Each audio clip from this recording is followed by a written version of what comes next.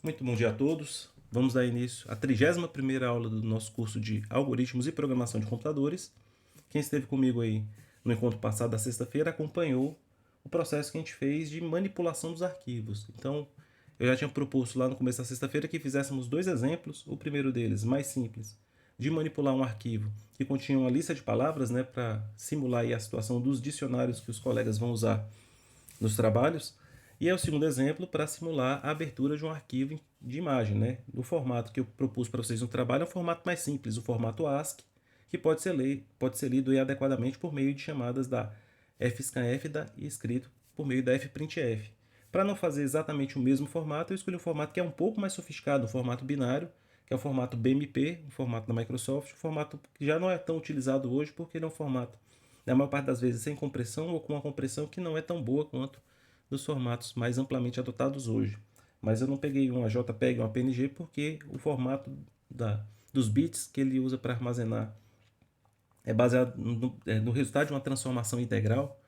Então aí a coisa vai mais embaixo, precisa de alguns conhecimentos mais avançados em engenharia, que pode não ser o caso de todos. Então pegamos um aqui que é o mapa de bits, que é um conceito mais fácil de entender, onde uma imagem é representada como uma matriz de pontos e a cor de cada ponto é determinada por 1, 2 ou 3, ou até 4, né, bytes, representando cada valor. A combinação desses bytes aí determina a cor daquele ponto e, colorindo adequadamente cada ponto, você forma a imagem. Então a gente vai finalizar esse exemplo hoje. Eu comecei, é um exemplo muito interessante porque a gente vai ver como é que funciona essa ideia de manipular um arquivo. Tudo que você precisa, entre aspas, é conhecer como esse arquivo foi especificado, qual é o formato que se espera na sequência de bytes que forma esse arquivo. Se você conhecer esse formato, você pode trazer essa sequência de bytes para a memória por meio de uso de funções de leitura de arquivo. A fgetc pode usar fread, por exemplo, para ler esse formato aí. A fgetS, fprintf, fscanf, perdão, tudo que você precisar para fazer leitura. Uma vez em memória, você pode manipular adequadamente e, se o resultado dessa sua manipulação você escrever em formato compatível com o formato de imagem especificado, você vai ter uma imagem com o resultado dessa sua manipulação. Então, o que vamos fazer para a BMP é isso. Abrir um arquivo em formato BMP. Essa BMP eu tentei achar uma BMP gratuita na internet, não achei, achei uma JPEG, então usei o GIMP aqui. Vocês poderiam ter usado o Photoshop, o Paint, algum software qualquer de manipulação de imagens para salvar em formato BMP. Então fiquei com esse arquivo, eu mostrei já para vocês, vou mostrar de novo daqui a pouco, é uma paisagem. E a ideia primeira é que a gente consiga abrir esse arquivo, é o que estávamos fazendo, e escrever ele idêntico, fazer uma cópia. A gente já tinha feito isso também, eu vou partir desse ponto inclusive. Depois vamos fazer algumas pequenas transformações, que naturalmente não podem ser as mesmas dos trabalhos, para não beneficiar indiretamente os grupos, mas que mostra essa natureza de abertura, manipulação e escrita. Para finalizar, eu vou fazer, ou até avançar um pouco mais no formato PMP, mais do que eu precisaria para dar esses exemplos para vocês, mas para ilustrar outro conhecimento que a gente usa na manipulação desse formato em particular, que a gente pode usar em outros contextos, claro, mas que envolve um conhecimento que pareceu que não é tão útil quanto os demais que eu mostrei para vocês no curso, que é a união. Aqui é um caso perfeito de uso de união, e eu vou mostrar para vocês exatamente como a gente vai fazer isso, tá certo? Então, eu vou aqui fazer esse exemplo com vocês, e assim que a gente finalizar, a gente abre aí para mais uma rodada de dúvidas sobre as questões analistas, etc e tal. Lembrando que a nossa prova vai acontecer na sexta-feira. Eu estou terminando de formatar a prova para subir ela aí para o nosso servidor para poder fazer a prova na sexta. Uma prova aí que vai envolver os conhecimentos que a gente já adquiriu ao longo do curso, sem muitas novidades. Vocês têm que estar cientes de manipulação de strings, principalmente. Quem ainda não está manipulando bem string, eu recomendo que pegue essa semana para revisar bem isso. Como é que eu leio uma string, como é que eu escrevo uma string, como é que eu diferencio os caracteres maiúsculos de minúsculos, os caracteres numéricos e alfabéticos, espaços, isso tudo usando a CType, né? Então a biblioteca CType, a biblioteca string.h, vale a pena estudar um pouquinho mais calma com ela. Como é que eu olho um a um todos os caracteres de uma string e por aí vai. Então a gente vai ter questões com strings, com laços, com condicionais e também com arrays, né? Com matrizes e arrays. Então esse é essencialmente o conteúdo aí da prova de número 3. Vamos então voltar ao nosso exemplo. O código que eu tinha até então era esse. Lembrando que a gente está baseando essa abertura de arquivo aqui na página da Wikipedia sobre o formato BMP. A página da Wikipedia começa traçando aqui uma estrutura macro do BMP. Ele começa com um file header, que é exatamente essa estrutura que eu repliquei aqui em C. Ele contém 14 bytes, é obrigatório que ele botou a coluna sinalizando se é opcional ou não. Nesse caso, não sendo opcional, é mandatório. Ele até comenta que depois que você carrega isso, ele não é muito necessário para permanecer em memória, né? Você pode usar ele para consultar algumas informações preliminares, mas você pode desprezar a memória. A gente vai manter aqui. O formato desse header aqui está logo abaixo, esse daqui, ó. Ele começa com 2 bytes, que é um número mágico, é o identificador do formato. Espera-se que no Windows seja BM, e no OS tem algumas outras possibilidades, né? Então, esse número mágico aqui eu botei como char. Eu vou até fazer uma modificação, uma vez que eu estou usando o stdint, e botar isso aqui como um int 16t. Tá certo? Porque eu tenho garantia que vai ser exatamente 2 bytes. Então eu posso fazer a leitura dele aqui, ó, como size de int 16t. Então eu vou querer um único elemento agora de 2 bytes. E vamos aqui, depois dessa leitura, eu vou até imprimir para ver se essa modificação que eu estou fazendo agora não modificou aqui inadvertidamente o número mágico. Então vou imprimir esses 2 primeiros bytes aí do... Se bem que agora eu lendo como size 16t não vai dar para imprimir como char, né? Mas a gente imprime... Aqui agora seria um único... Deixa eu manter como estava antes. Vai facilitar a nossa vida aí. É difícil achar um char com mais de 1 byte, né? Deixa ele aí como... Ou talvez um array de 2 bytes seja mais interessante. Deixa eu fazer isso aí. Int 8t. Aí sim, mantém um array de 2 bytes. Que eu só mudei de char para int 8t para ter certeza que é 1 byte cada. Então leio os 2 bytes do número mágico.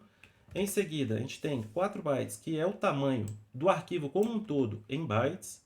E temos 2 campos de 2 bytes que são reservados. Que o valor desse campo vai depender da aplicação que criou a imagem.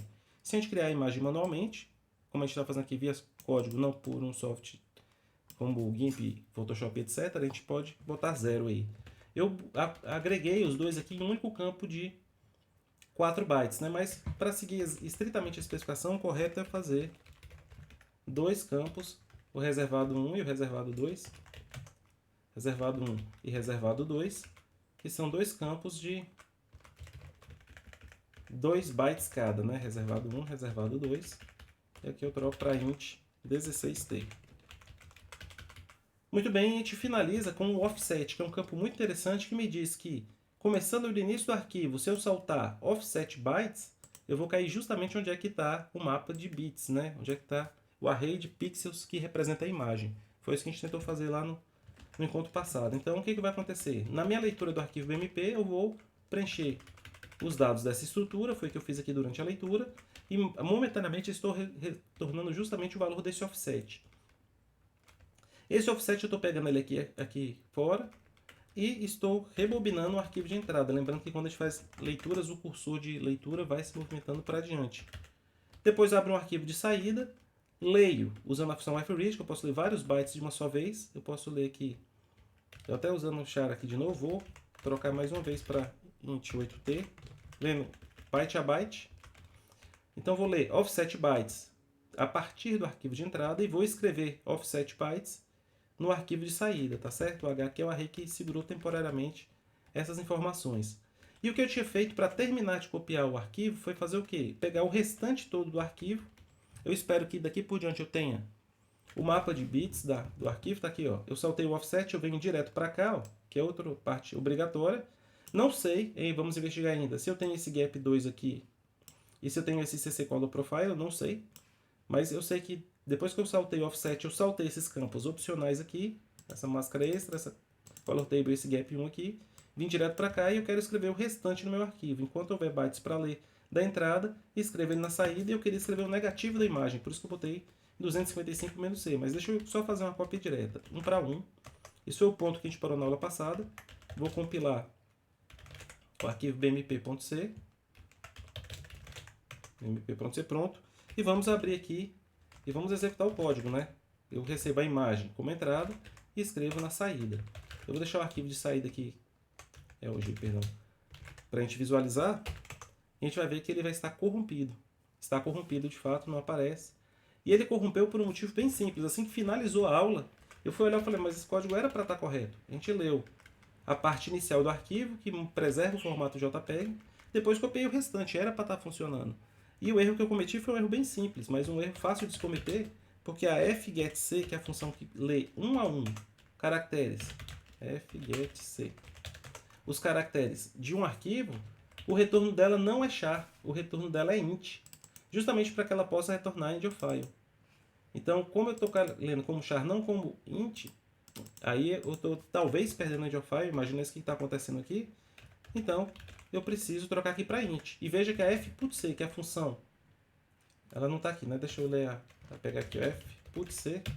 A fputC também espera um int, não um char. Então, eu posso usar o resultado dela de fato, direto na fputC. Então, trocando aqui para int, olha vocês aqui que o problema era somente isso. Assim que eu bati o olho, eu consertei, eu falei, puxa vida, Nowland deixou passar aqui, mas acontece, né? Então, deixa eu voltar a imagem de saída agora, e está aqui o arquivo da imagem de saída, pessoal. Perfeito, copiado adequadamente. Então, eu li o header em memória. Essa leitura feita dessa maneira, eu vou explicar por que eu fiz daqui a pouco, porque no fim das contas a gente identificou, por enquanto, somente o valor do offset, para me poder fazer esse salto, e a partir do offset copiar tudo. Tá certo? Então, eu copio aquela parte inicial, até o offset. Então, até o offset vai ter o quê? Voltando aqui para a Wikipedia. Vai ter esse header aqui, vai ter esse dib header que a gente não leu ainda. Isso tudo vai estar aqui nessa parte que o offset pula. E começa aqui da parte pixel array daqui para baixo, eu copiei tudo. Vou fazer agora a transformação que eu queria falar para vocês, do negativo. Então, o negativo seria simplesmente negativar esse inteiro aqui. Só não posso simplesmente encerrar aqui porque a escala de cores padrão, quando a gente usa um byte para cada componente de cor, aqui eu estou usando um byte para verde, vermelho e para azul, então se espera que esses valores estejam, naturalmente pode haver variantes disso, mas o mais natural hoje é que seja um intervalo de 0 a 255, ou seja, os 256 valores não negativos que dá para representar num byte não sinalizado. Por isso que usar o int8t aqui está correto, mas mais correto seria o int8t, né? Que é unsigned. Mas o importante é que esse valor aqui tem que ficar na escala de 0 a 255. Quando eu boto negativo, eu estou trocando os valores de 0 a 255 para menos 255 e 0. Então, para trazer de novo para a escala esperada por formato de imagem, eu tenho que somar 255 em tudo. Então, vai ficar menos c mais 255, seria isso daqui, só que essa expressão fica melhor escrita, né? Mais legível. Assim, 255 menos c. Então, ao fazer isso, eu estou tirando o negativo da imagem. Como eu falei, quem tem um avô, uma avó, uma pessoa mais antiga na família, que ainda tem filmes a serem revelados de câmeras antigas, câmeras analógicas, vocês vão, pode pedir que alguém vai ter um rolo de negativos para te mostrar. Então, olhando o negativo da imagem, ele fica exatamente assim. Ó. Deixa eu executar de novo. Agora, foi produzido o negativo da imagem. Tá aí. Ó. Então, se vocês pegarem esses rolos, como eu falei, de uma câmera, vocês vão ver uma coisa muito parecida com isso daqui. Então aqui os pixels foram invertidos e o resultado visual aí, sendo mesmo uma imagem digital, replica o efeito físico aí do negativo. Então aqui a gente extraiu o negativo da imagem simplesmente manipulando aí os bits todos da imagem. Vou fazer outra manipulação simples que ainda dá para usar aqui. Essa mesma estratégia que a gente está usando agora é que C contém o valor do pixel armazenado ali momentaneamente. Se eu quer deixar a imagem original, deixa eu abrir ela aqui, ó. A imagem original é essa. Se eu quiser deixar essa imagem um pouco mais escurecida, eu posso pegar os pixels todos e fazer com que eles fiquem mais escuros, simplesmente reduzindo essa escala de 0 a 255 para 0 a 128. Como ele vai interpretar a escala máxima, eu vou usar no máximo a metade da escala, vou dividir todos os pixels por 2, olha o que vai acontecer com a imagem. Vamos compilar aqui de novo, executar. E a imagem de saída, cadê ela agora? Acho que eu fechei ela sem querer. Vamos pegar aqui a imagem de saída. Tá aí, ó. Vejam vocês o que aconteceu. Naturalmente houve um processo de escurecimento da imagem. Eu posso fazer um processo semelhante, que é duplicar o valor dos pixels, tomando cuidado que eu não posso ter... O P agora vai ser duas vezes C for menor que 256, aí eu posso manter o 2 vezes C. Se não, eu vou botar no valor máximo de 255. Então eu dobro sem... Dividir pela metade não tem perigo, né? Que não vai passar de 0. Mas dobrar eu posso correr o risco de extrapolar a escala. Então faça essa checagem aí. Então eu vou dobrar tudo, a menos que extrapole o valor máximo. Nesse caso eu mantenho o valor máximo. Olha como é que a imagem vai ficar agora com a aparência lavada. Olha só aqui, cadê a imagem? Tá aqui, ó. Ela ficou muito mais branquiçada, como vocês podem perceber, porque a gente aumentou aí o nível. Então são duas manipulações bem simples, né? Na verdade, três, né? O negativo, você reduzir a escala por um fator, aqui eu estou usando o fator de 2 vezes, né? Vocês podem multiplicar por um fator menor ou maior, dividir também. E vocês podem observar que se você dividir por fator cada vez maior, mais escurecida se tornará a imagem. Por fator cada vez maior, multiplicando, vai ser uma imagem cada vez mais com a expressão lavada, bem esbranquiçada, né? Que está estourando as cores. E engraçado que essa manipulação, mesmo simples, me foi útil aí na minha vida profissional, porque quando você muda a escala da imagem, seja para você para cima ou para baixo, você tem menos níveis de cinza, claro, porque você está... Eu tinha ali uma gama de 256 valores possíveis. A partir que eu dobrei todo mundo se tornou par. Então eu estou usando no máximo agora 128 níveis distintos. Isso ajuda na compressão. Então eu precisava comprimir uma imagem em nível bem agressivo e a imagem original eu não conseguia comprimir para ficar com o tamanho adequado. Então eu fui fazendo essa correção aí para cima, deixando ela cada vez mais esbranquiçada, mantendo a legibilidade da imagem, não ficava agradável visualmente, mas ainda todas as informações que deveriam ser preservadas estavam preservadas, eram legíveis, e a partir do momento que eu apliquei uma determinada correção, a compressão ficou boa o suficiente para o tamanho que eu queria, né? Então, era para processamento mecânico mesmo, não era para visualização de seres humanos, então acabou sendo uma saída boa de fazer esse tipo de transformação. Tá certo? Então, duas manipulações simples aí para vocês verem o tanto de coisa interessante que dá para fazer com a imagem, uma vez que elas estejam em memória, tá certo? Então essa é a primeira parte que eu queria mostrar para vocês das transformações possíveis, né? Na verdade dá para a gente ir um pouquinho mais longe aqui e mostrar o seguinte. Esse padrão de pixels aqui, deixa eu até fazer uma conta aqui, ó. Deixa eu pegar aqui uma variável até long, count. Não vai ser long, senão esse laço nem rodaria, né? Um int vai dar certo. Count igual a 0, mas eu vou botar long, não custa nada. Então o que eu vou fazer? Toda vez que eu pegar um pixel da imagem, eu vou incrementar a minha contagem. E lá no final eu vou imprimir na tela pra gente quantas vezes eu passei aqui nesse laço. Só pra gente ter uma ideia aqui interessante antes que eu prossiga com outra coisa que eu quero mostrar pra vocês. Então vamos rodar aqui o código de novo. E a minha contagem foi isso daí, ó. 5848572, que é um número aí bastante interessante, porque olha só vocês isso. Deixa eu pegar a imagem aqui, eu fechei ela, fechei. A própria imagem aqui. Se você for aqui no meu visualizador do Linux, você vai dizer que ela tem 5.407 linhas por 3.000... Não, na verdade, 5.000, que é a largura, né? Então, são 5.487 colunas e 3.605 linhas. Vamos pegar o Python aqui e vamos fazer uma conta rápida. Vamos lá, 5407 vezes 3605. Isso aqui é a quantidade de pontos que tem nessa imagem. Então essa é a quantidade de pontos e vocês podem ver que eu li muito mais do que a quantidade de pontos, tá vendo? Então aqui eu tenho essa contagem que eu passei aqui e essa contagem total de pontos. Mas se eu pegar essa contagem total de pontos e multiplicar por 3, dá exatamente, dá quase isso na verdade, né? Não dá exatamente, mas dá agora bem próximo. Então o que está acontecendo? Isso está me mostrando que essa região que eu li aqui dos pixels, eu li para cada ponto 3 bytes. Isso significa que é um para representar o azul, outro para representar o verde e o outro vermelho. As imagens BMP eu não sei porque elas usam esse padrão invertido, né? Que é azul, verde, vermelho. Geralmente é vermelho, verde e azul. E tem um restinho aí do arquivo que ou é as informações dessa parte que eu saltei aqui, ou está relacionado com essa conta que a gente vai fazer mais tarde aqui, que é o alinhamento de cada coluna da imagem para múltiplo de 4. Provavelmente é isso.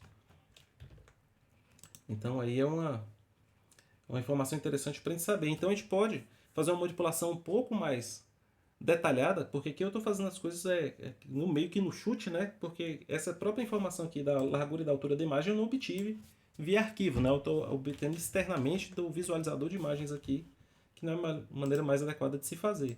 Mas, por hora, para pelo menos dar esse exemplo, que eu posso, mesmo com o mínimo de informações, fazer coisa interessante, valeu, né? Então vamos voltar aqui e vamos fazer a coisa de um jeito um pouco mais interessante. Eu vou cancelar esse laço aqui para a gente fazer as coisas um pouco mais rápidas, nas execuções aí dos testes, e vou continuar a leitura da BMP. E agora eu vou definir uma estrutura chamada BMP, de fato. E é a estrutura que eu quero retornar na leitura. A minha BMP, eu tenho que definir ela aqui embaixo, Essa estrutura BMP, o que que ela tem? Inicialmente ela tem um BMP header, que vai ser o meu header. Ok. Então, quando eu fizer a leitura da BMP, que eu quero retornar agora um ponteiro para a BMP, e eu vou começar alocando esse ponteiro para essa BMP. BMP vai ser igual, eu quero um ponteiro para uma BMP e vou fazer a alocação dinâmica de memória. Malloc, eu quero size of bytes da BMP. Então eu quero espaço suficiente para alocar uma BMP. Se eu não conseguir, vai retornar nulo, aí eu não tenho muito mais o que fazer, eu retorno nulo aqui. A função espera um ponteiro, se retornar nulo significa que você não conseguiu fazer o que você queria. E esse header aqui agora é o header da minha BMP. Então vai ser BMP header. E agora vai ser o endereço de BMP header size, BMP header reservado e BMP header ponto offset. Deixa eu ver agora. Aqui eu tenho que retornar BMP e lá fora eu quero capturar agora BMP.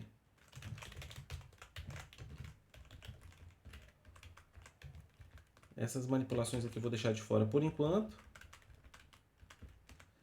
Deixa o arquivo de saída também comentado por enquanto. Não vou precisar dele momentaneamente. E uma coisa importante, como eu estou alocando memória aqui, eu tenho que desalocar em algum lugar. Essa memória alocada é retornada pela função. Aqui fora de terminal eu tenho que liberar a memória alocada por essa BMP. Então, as alterações que eu estou fazendo agora quais são? Eu tenho uma estrutura que vão ter todas as subestruturas, eu vou chamar isso de BMP. A leitura de uma BMP, você passa um arquivo que contém essa imagem. Eu vou ter que chamar isso agora de arquivo, né, para modificar os nomes aqui. Vou pegar aqui o ponteiro para o arquivo. E eu vou preencher essa minha estrutura. A primeira subestrutura é o header, a gente já tinha lido antes. Só mudei aqui agora para que aponte para o header dentro dessa BMP. Ele está reclamando aqui agora que a malloc não foi declarada porque ela está dentro da std_lib. E agora, a princípio, está tudo aí tranquilo. Não tem muita novidade, agora eu retorno a BMP. Vamos compilar o código aqui para ver se está tudo ok. gcc bmp.c. E tá aí, legal. Deixa eu dar uma olhada aqui no Teams, que agora que eu vi, eu estava concentrado lá no vídeo, temos uma participação do Vinícius. Daria para escolher uma cor e mudar os níveis só de uma cor? Dá sim, Vinícius. Essa manipulação que você quer fazer vai ser fruto dessa continuidade desse cálculo que eu vou fazer aqui, tá? Então a gente vai chegar daí.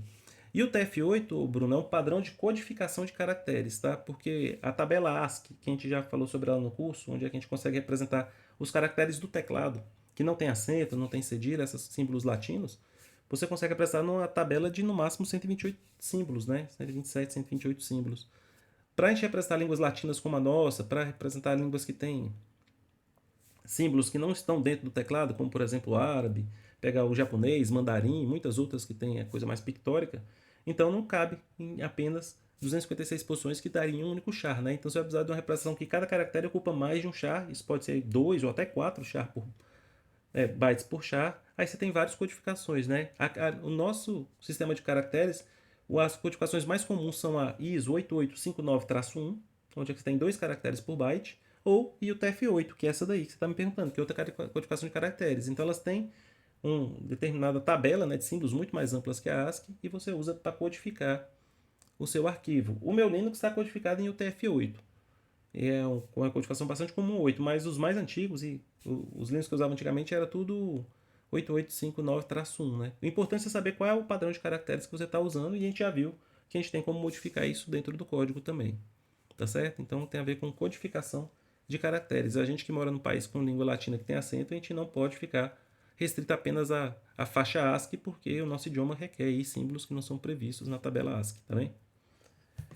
Muito bem, voltemos aqui para o nosso código. Ele está compilando naturalmente. Agora a saída dele não vai ser produzida porque... Deixa eu voltar aqui e passar os meus parâmetros, a imagem e a saída, porque eu não estou fazendo mais nada.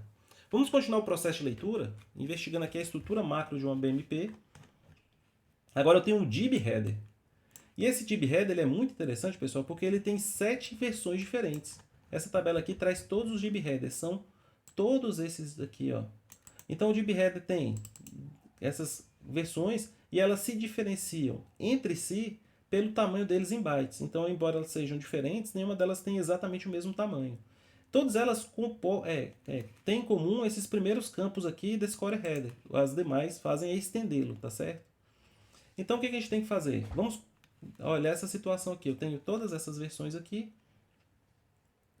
Então, eu vou pegar aqui e eu vou precisar de um DIB header.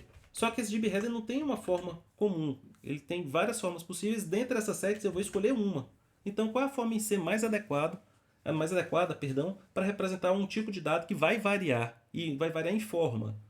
Então, se eu usasse uma estrutura com essa set aqui, eu estaria jogando muito espaço de memória fora, porque da set eu vou usar única e exclusivamente uma delas. Então, o que a gente vai fazer é usar justamente uma união. Então, a minha união, que vai ser o DIB header,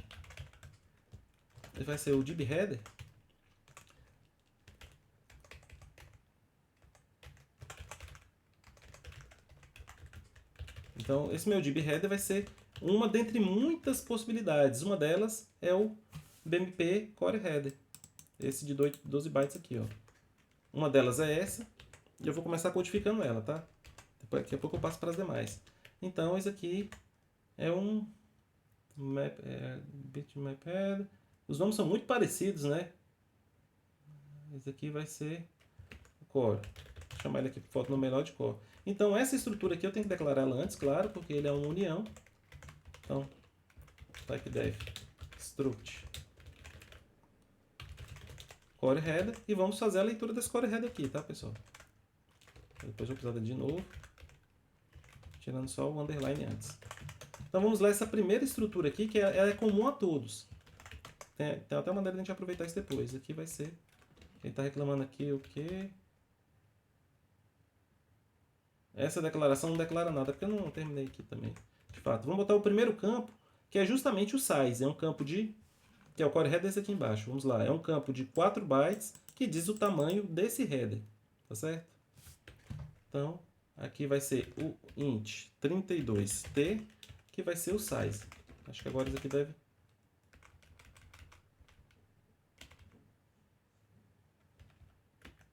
Eu acho que vou deixar essa até... Dá para deixar ela anônima. Tinha que ser um typedef. Esse aqui vai ser o DIB header. Vamos lá. Deixa eu ver uma coisa aqui, porque de vez em quando eu confundo C com C++. Dá para fazer ela anônima. Eu vou deixar isso aqui como... vai facilitar o nosso acesso, porque eu posso acessar direto por esse nome aqui. Se eu tivesse botado aqui, eu tinha que botar o nome e o outro nome ainda. Então, vamos continuar o processo de leitura lendo agora essa primeira parte do core. Eu tenho que ler 4 bytes, então vai ser bmp.core/size. Eu tenho que ler um número de 32 bits. Vamos imprimir esse size aqui só para a gente ver se está tudo ok. Então, size %d vai ser bmp.core.size. Vamos executar o código. E o size deu 108. Aí você falou, opa, agora o trem ficou interessante. 108? Então, na verdade, eu estou usando um bitmap v4 header. Tá vendo? Esse aqui é a estrutura que eu estou usando. Infelizmente, eu não tenho essa pronta aqui. Eu tenho aqui embaixo na Wikipedia, tem o core header aqui, que a gente vai terminar. O info header, e vocês podem ver que o info header, os primeiros 5 campos são exatamente os mesmos, ó. Ah, não são exatamente os mesmos, não. Só o size que é comum. Então tem que fazer tudo diferente mesmo, ó. Então tem isso aí. Acho que é o info header que é compartilhado pelos demais, tá vendo? Ó? As versões depois do info header só apenas adiciona campos em relação à versão anterior. Então esse aqui adiciona campos a esse, o 23 adiciona campos a esse. Então o core ainda pode ser diferente. Então a partir do momento que eu identifico esse header aí, eu posso ter a noção de que campo é o adequado para me continuar lendo na estrutura, tá certo? Então, eu vou ter que ler o map v4, a gente viu que depois do info header vem só acrescentando campos, então eu vou começar a fazer essa leitura desses primeiros 40 bytes aqui, mas o total é de 108. Então esse é o discriminante, que pelo menos todas elas serão esses 4 primeiros bytes incomuns, li, descobri que é 108, então eu tenho que fazer aqui agora outra estrutura muito útil, ó, o switch. Eu vou fazer um switch justamente no BMP core.size. Se o caso for o 108, que é o que eu quero fazer, é a leitura que eu vou começar a fazer. No caso 108, eu vou ter que ler uma estrutura desse tipo aqui, ó. Então, deixa eu passar ela para cá, typedef, struct.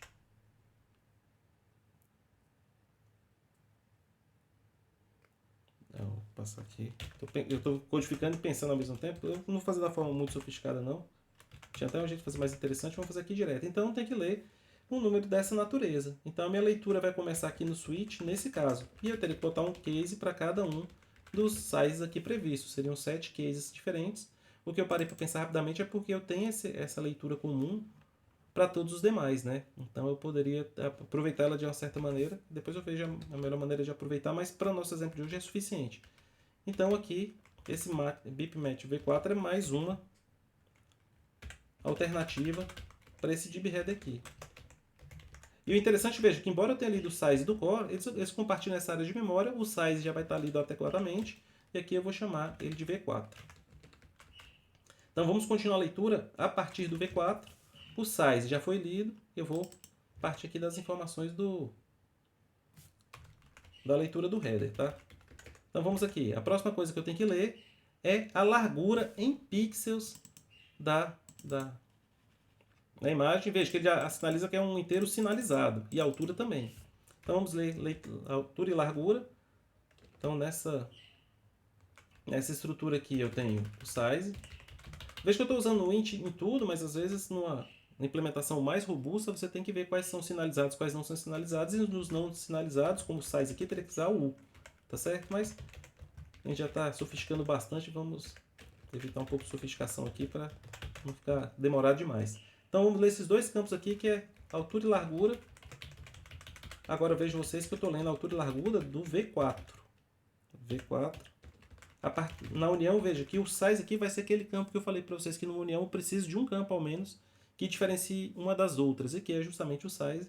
Então eu pude trocar uma leitura do core para passar a ler o V4. Então eu vou ler aqui o W, vou ler o H, e o que ele está reclamando aqui agora no case aqui, no switch, mais nada. Vamos imprimir aqui o WH. W%D, H%D. Vamos ver quais foram os valores que vieram aqui. V4.W, MP, V4.H.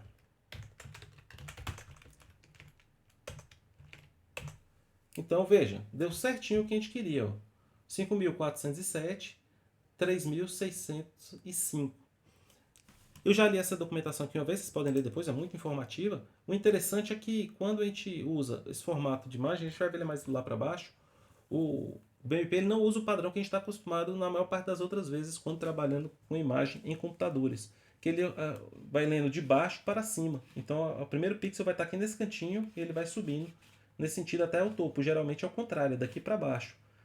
Para representar de cima para baixo, o formato prevê a possibilidade de uma altura negativa, por isso aqui é sinalizado. Mas ele deu uma altura positiva, significando que é de baixo para cima. E veja que esses valores são os mesmos valores que eu obtive aquela hora lendo no meu software de leitura de imagens. Então, está batendo corretamente. 5.407, 3.605. Legal. Vamos seguir adiante aqui. Agora eu preciso ler dois campos de 2 bytes. O número de planos de cor, ele diz que tem que ser 1, nesse header aqui tem que ser 1, e o número de bits por pixel, ou seja, a profundidade de cor da imagem. Os valores típicos são 1, 4, 8, 16, 24 e 32. Então vamos ler esses dois campos de 2 bytes cada. Vamos voltar aqui, 2 bytes cada, int 16t, eu quero o planes, color planes. E o outro que eu quero também com o mesmo tamanho vai ser o BPP. Essa é uma sigla bem comum em imagem, né? Bits per pixel, né? Bits por pixel. Vamos ler esses dois dados aqui agora. Então vou ler um 16t agora em vez de 32. Isso vai ser o color planes. E também vou ler o BPP. E vou aproveitar e imprimir aqui embaixo para a gente ver como é que estão as coisas. Color planes e o BPP. Color planes e BPP. Legal, estamos avançando. Vamos compilar e executar. Tá aí, bateu em 1 e eu tenho 24 bits por cor, significando que nas componentes coloridas azul, verde e vermelha, a distribuição comum aí é de 8 bytes para cada. Quando a gente tem 16 bits por pixel, aí fica interessante, porque eu tenho 3 componentes de cor, 16 não é múltiplo de 3, aí você tem 3 padrões, claro, né, que seria 655, 565 e 556. Aí, nesses casos, vai ser indicado aí na imagem, né? Mas aqui é múltiplo de 3, então basta dividir por 3, 8, ou seja, 8 bits por componente de cor, 1 byte por componente de cor. 32, o que seria? Vermelho, verde, azul e transparência. Seria o que a gente chama de A de alfa, de transparência. Não é o caso dessa imagem. Aqui vamos ver, nesse próximo campo, é um campo interessante, que ele é um método de compressão utilizado. Temos uma tabela abaixo para identificar qual foi o método de compressão utilizado. Veja que o método de compressão utilizado tem os valores 0, 1, 2, 3, 5, 6, 11, 12 e 13. Bem interessante aqui. O mais comum é o RGB. Eu tenho aqui o RLE, que é uma compressão, tá vendo? Temos RLE4, Bitfields, BJPEG, PNG. Então, e aí segue adiante aí as possibilidades. Vamos ver qual vai ser o que vai vir para a gente. Qual é o nome desse campo mesmo? É compressão. Então vamos lá em cima, vamos botar mais um campo na nossa estrutura. Ele tem quantos? São 4 bytes. Então, vou pegar um de 4 aqui. Compressão. E vamos ler a compressão aqui embaixo. Então, compressão tem que ser 4 bytes. 32. E vejam vocês aqui, ó, que a compressão aqui pra gente, enquanto ser humano, vai ter dificuldade de fazer a leitura porque vai vir só um código numérico. A gente vai ter que consultar a tabela para saber o que vai dar. Eu já vou mostrar um jeito legal de fazer isso. Facilitar um pouquinho pra gente.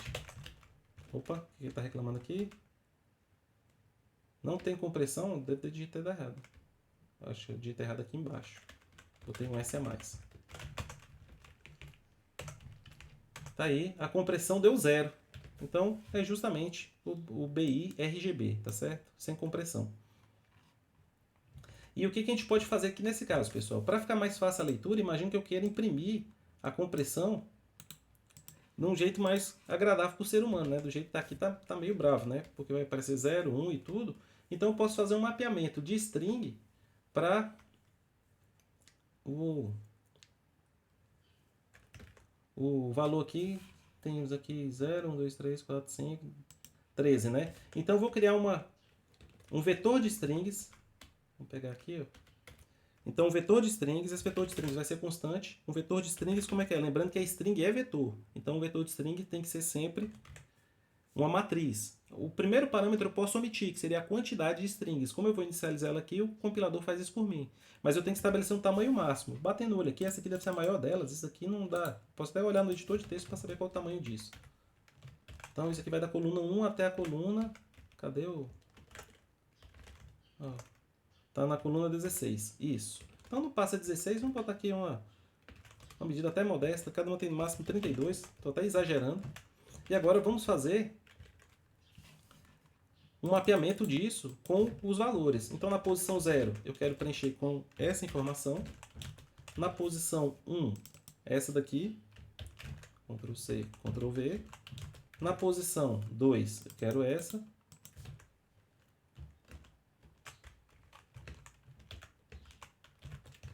Na posição 3 eu quero essa daqui.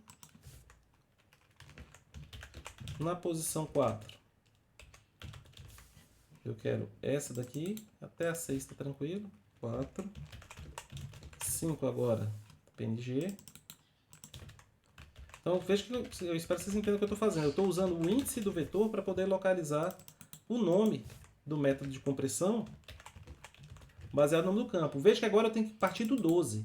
Então eu estava no 6, salto o 7, o 8, o 9 e o 10. Vou por 11.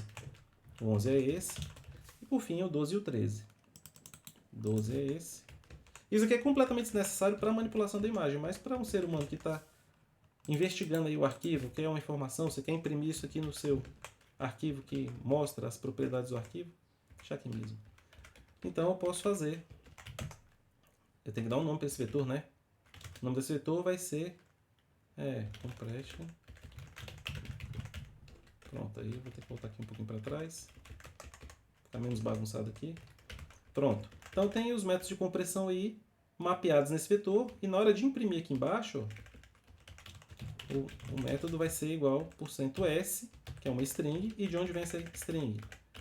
Dos métodos de compressão na posição indicada por esse número aí, bmp v4.compressão. Tá certo? Então vamos compilar aqui esse código, executar de novo e vejam vocês lá que a compressão foi o método BI-RGB. Então realmente bem interessante, né? O uso aí de uma tabela, né, de strings.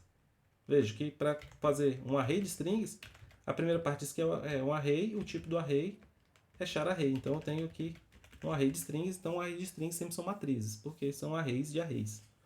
E a maneira que eu uso aqui foi a declaração inicial. Veja que eu saltei alguns campos, porque infelizmente aqui não é sequencial, então eu tive que saltar o 7, 8, 9 e o 10, que são esses daqui que eu botei strings vazias. Não tem nenhum caractere associado, string de tamanho 0. Aqui esse tamanho eu exagerei um pouco, podia ser 20, eu podia contar exatamente aqui, mas botei uma sobrinha aí para não ter problema. Lembra que o string é sempre bom ter a sobra do que falta, né? Porque eu preciso do lugar do zero terminador, que às vezes a gente esquece. Sigamos adiante, a gente já sabe que é uma imagem sem compressão. Próximo campo que eu quero agora é o tamanho da imagem. Isso aqui é o tamanho da parte dos bitmaps, tá vendo?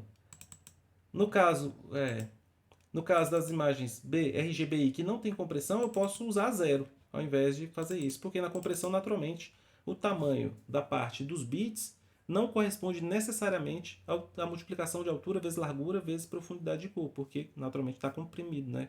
Pode ser muito menor, então você tem que ter uma forma de computar isso. Então vai ser o próximo campo que eu vou ler, que vai ser image size. Vamos ver se ele escreveu 0 aqui, porque a gente está com o método de compressão que permite a escrita do 0, ou se ele botou o valor exato, né? Vamos olhar aqui agora. Image size. Então, image size vem para cá. E eu vou imprimir aqui agora. Image size igual a %d. Pronto, image size. Mais um campo de 4 bytes. Escrito. E vamos executá-lo aqui. Tá, image size não, ele botou o valor exato. E se vocês se lembrarem, exatamente o restante da imagem, aquela conta que eu fiz aquela hora. Realmente, dali para frente eu só tenho informações de bits, de pixels, perdão, eu não tenho essa parte final aqui, ó. Esse gap aqui, esse color profile eu não tenho. Tudo que sobrou da imagem, depois que eu fiz aquele salto, aquela investigação inicial, realmente são mapas de bits aí. E como a gente viu que depois do offset vai cair direto aqui, eu também não vou ter essa parte aqui do meio, tá? Eu não vou tratá-la hoje para não ficar muito extenso, até porque ela não tem. Vou seguir adiante aqui para a gente terminar de ler.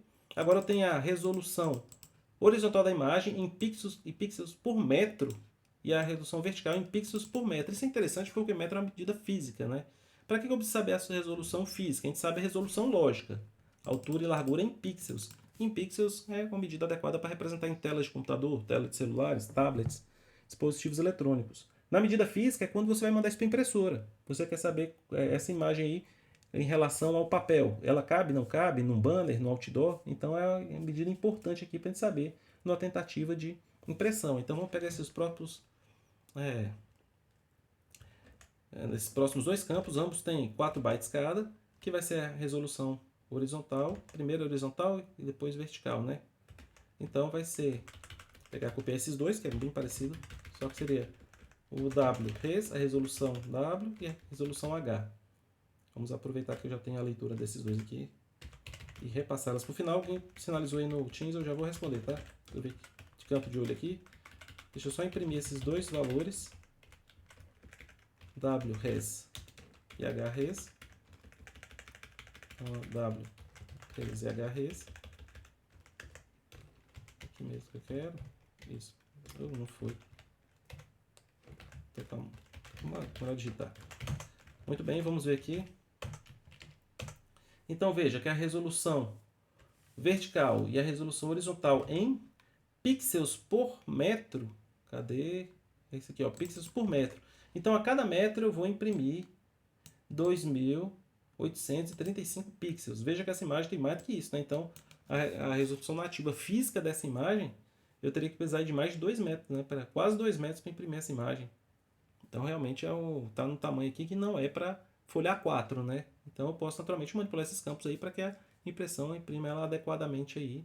Hoje, as impressoras, sabendo, né, que é o papel de saída pode não comportar essa imagem e elas fazem devida manipulação, né? Por isso, quando você manda para a impressora, você vai ter aí dentro do espaço razoável, mas aí, a princípio, tem essas primeiras informações aí, tá certo?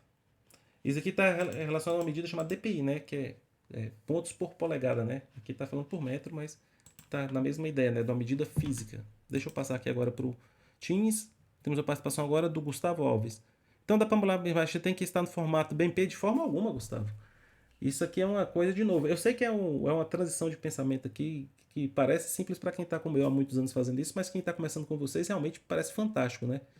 Para manipular a imagem em C, eu estou manipulando um formato BMP para não manipular o formato dos colegas e fazer parte do trabalho por eles, beneficiando algumas equipes, sendo que eu não vou fazer isso por todas, né?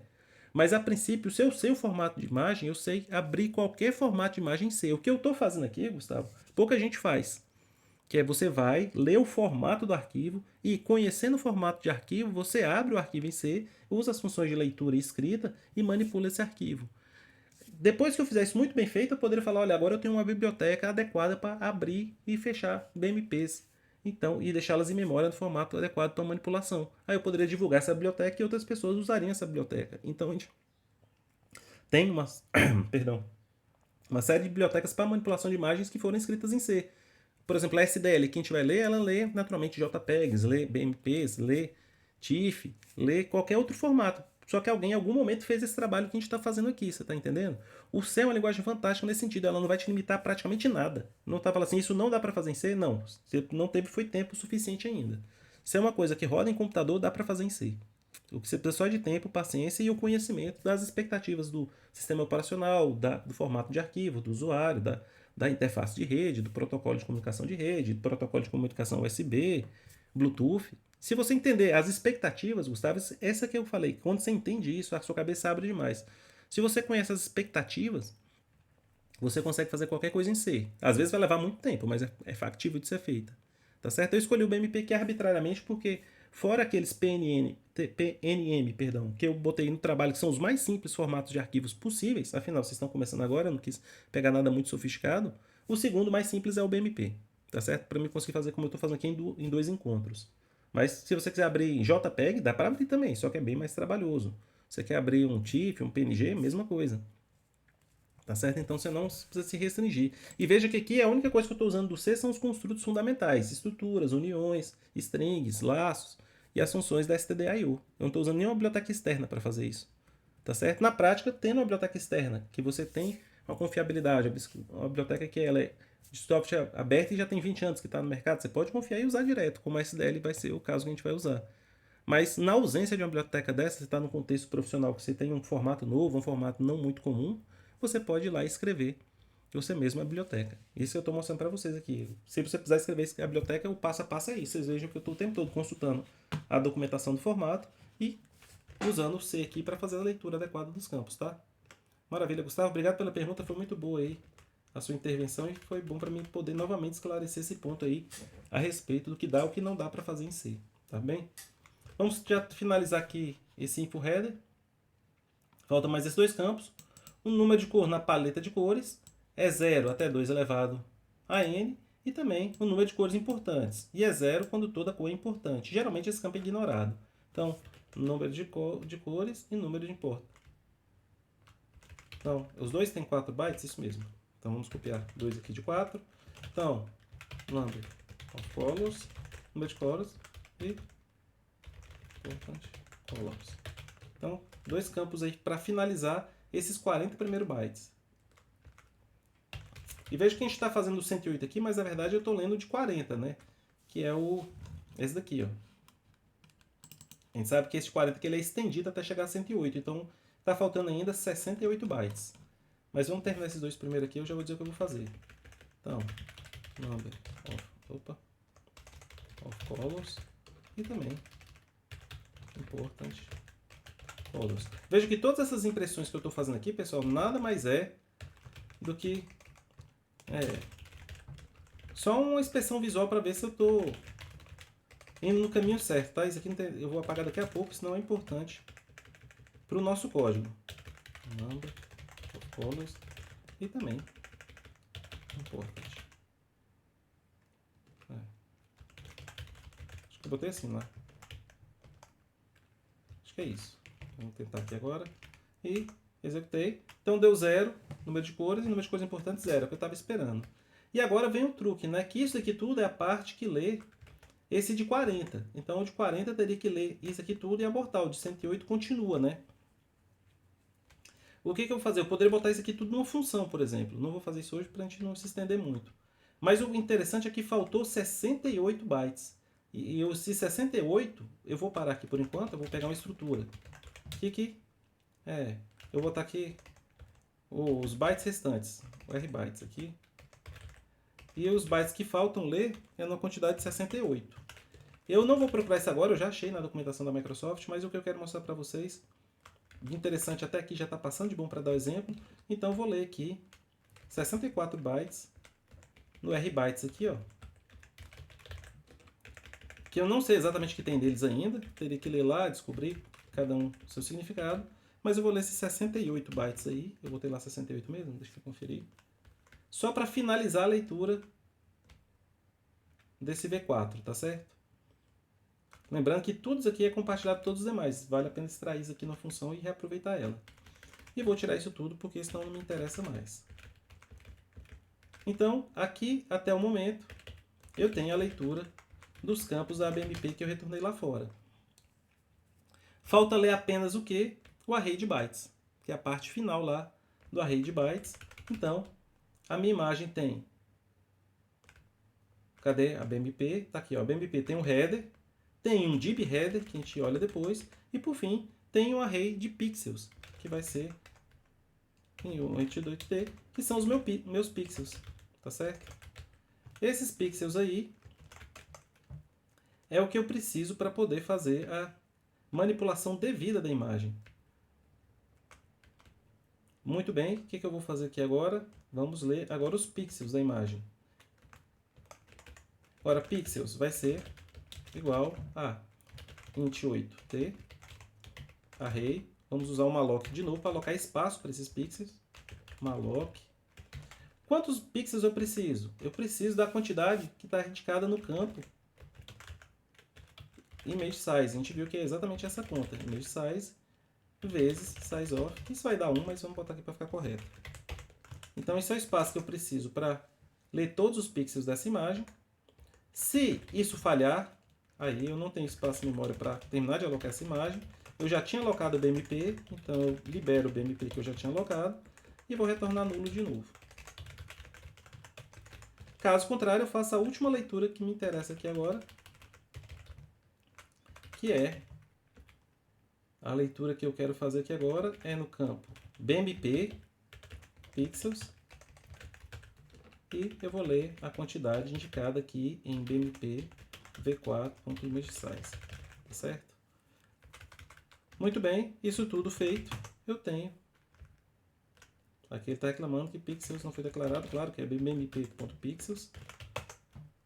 E aqui é a mesma coisa, bmp.pixels.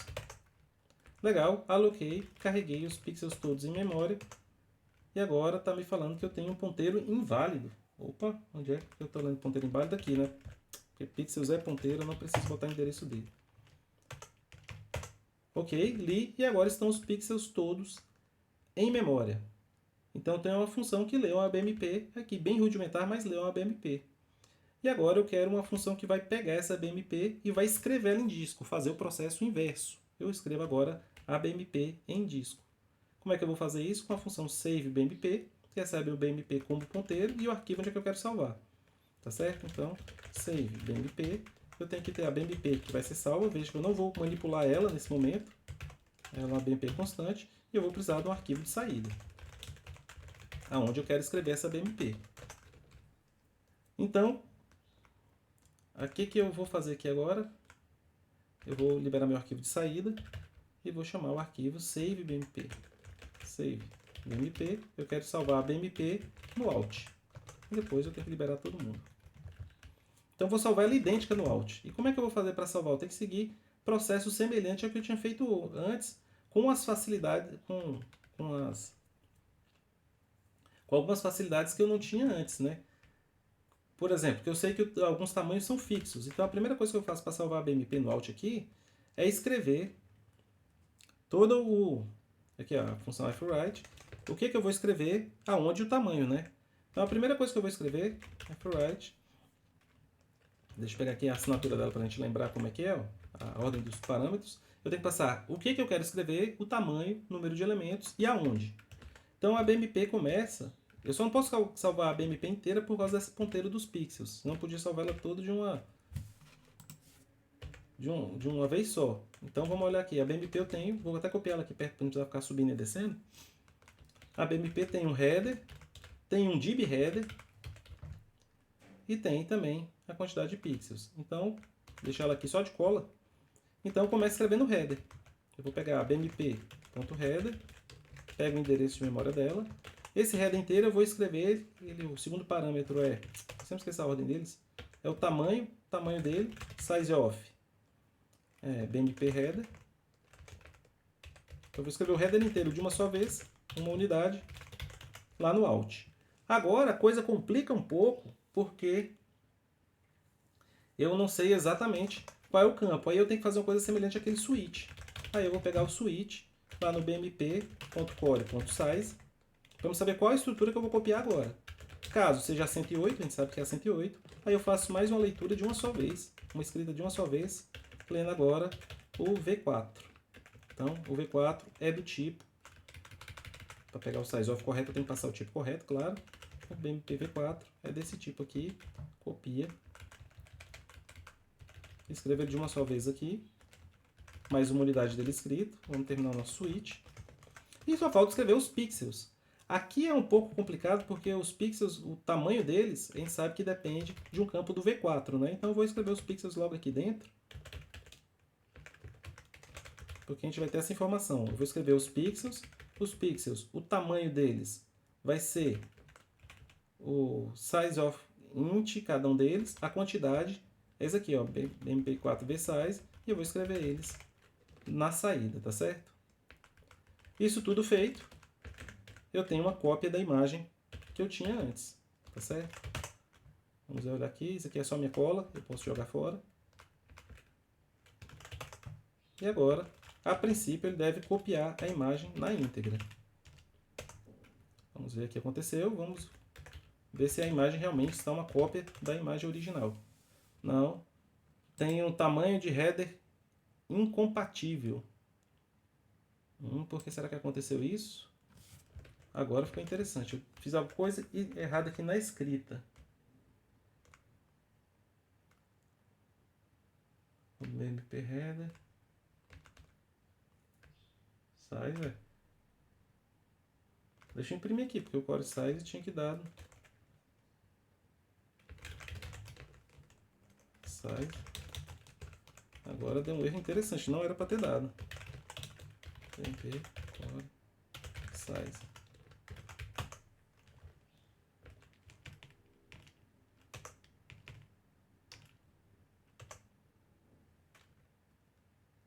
Ué, deu certo aqui, o size está certo.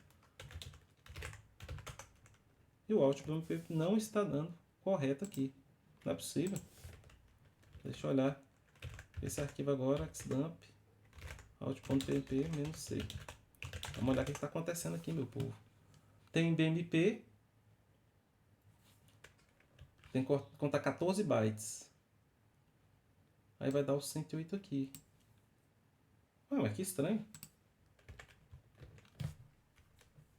O size está certo, deixa eu ver aqui se eu peguei aqui o V4, o tamanho do V4. Tá certo, BMP header. Magic number 2. Size reservado offset.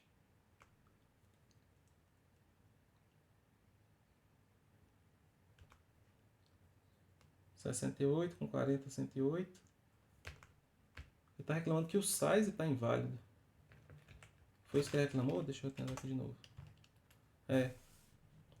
Tem um tamanho de header não suportado. Então vamos contar aqui: 1, 2, 3, 4, 5, 6, 7, 8, 9, 10, 11, 12, 13, 14. Então dá 00, 6C, 00. Será que ele copiou errado?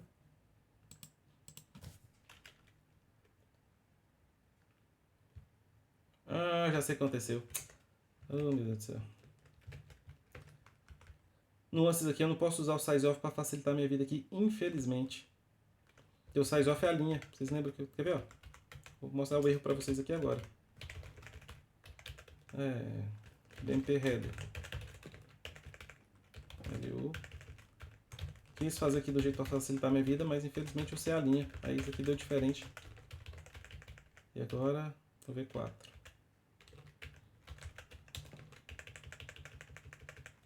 Na estrutura está preenchido correto, mas aqui na hora de fazer a escrita mais rapidamente...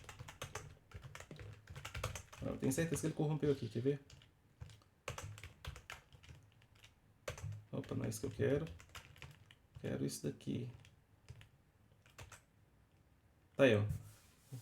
O BMP Header Size ele tem que ter 14 bytes, mas ele alinhou para 16. Aí empurrou aquilo para onde não deveria, aí o tamanho ficou errado. Então a gente sabe aqui pela documentação que o Header Size tem que ter 14 de tamanho. Que essa primeira aqui tem que ter 14, né? Que é um número aqui não é múltiplo de 4. Então para não ter problema, eu vou botar isso aqui manualmente. Na hora de escrever eu tenho que escrever exatamente 14, não 16. Então 14. O outro deu 108, passou corretamente, né? Eu não vou deixar aqui, mas o certo era botar 18 também lá manualmente para não correr risco do size off em outra arquitetura dar problema. E agora vamos pegar o EOG. Agora apareceu a imagem correta. Eita, desalinhou aqui a parte dos pixels, tá vendo? Ela deslocou de novo, algum problema de tamanho e memória. Deixa eu fazer aqui botar os valores manualmente. 108. E os meus pixels, por algum motivo estranho aqui agora, o fwrite. Nossa, vocês veem que manipular coisa em nível de bit tem que tomar um cuidado danado. O tamanho do campo e o número de elementos. O tamanho é 1, número de elementos, image size.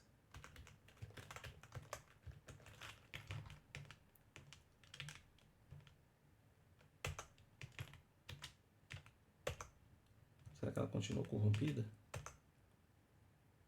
Eu tenho quase certeza que é alguma bobeirinha.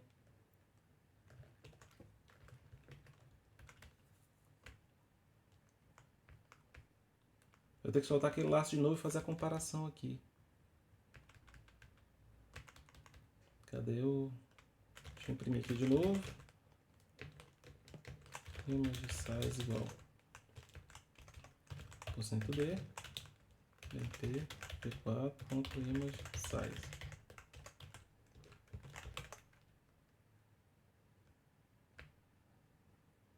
Legal, e aqui agora, naquela contagem que eu fiz,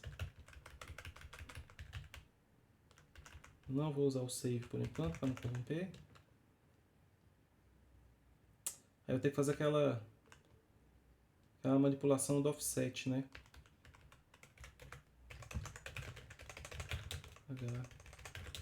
Apaguei 108. F8 H 108 do 1 H 108 no Alt. Tem que dar um rewind no 1. A parte mais emocionante, né? Acompanhar um processo de depuração ao vivo aqui, mas faz parte do processo. Image size é não imprimir aqui o que eu queria, o count.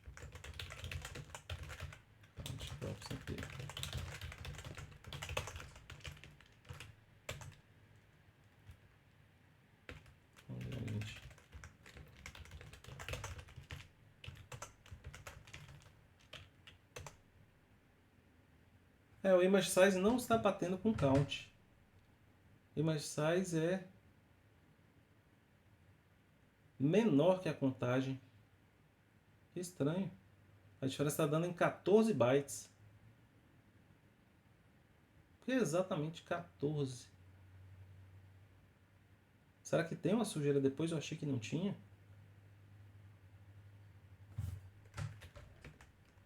Ah, não, é por causa do offset. O offset é 108 é o tamanho daqui, mais 14. Não, tá certo. E a conta tá batendo e tá imprimindo errado. Que coisa mais maluca. Será que eu troquei W com H em algum momento? Deixa eu conferir aqui se o W com H. Isso aqui é o Alt, né? Ah, não, esse aqui é o último. É a imagem correta. Estranho. Eu tenho certeza que é bobeira, como foi na última aula. Deixa eu ver aqui, a imagem original é essa. Deixa eu ver como é que tá o Alt nesse momento. LG Alt. Tá faltando 14. Deixa eu voltar lá que é mais 14. A conta bate, vai fechar.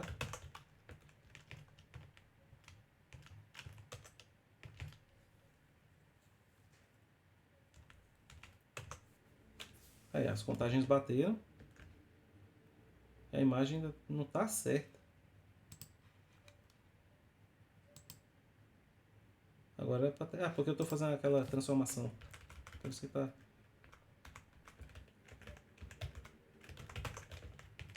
Agora vamos voltar e tentar entender porque o processo de fazer a cópia tá dando errado. Que a princípio tá tudo batendo. Nuances do C. Vamos lá. Deixa eu tirar esse processo aqui de novo.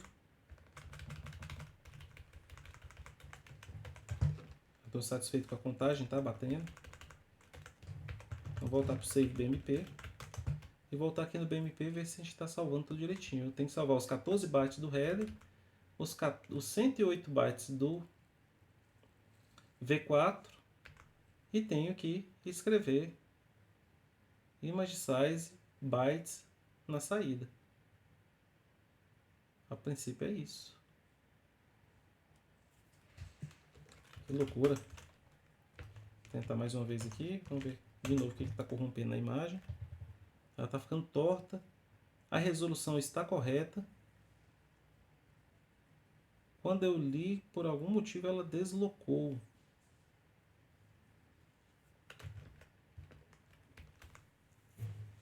Deixa eu ver se eu li os 64 bytes corretos. Li.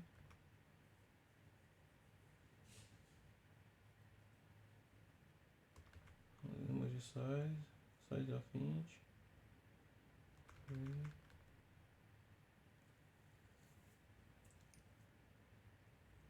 Inacreditável, né? Deixa eu fazer o seguinte. Vou chamar isso aqui com calop. A princípio é para vir tudo preto. Eu acho que é o contrário. Não calop. Número de elementos e o tamanho de cada um. É o contrário mesmo.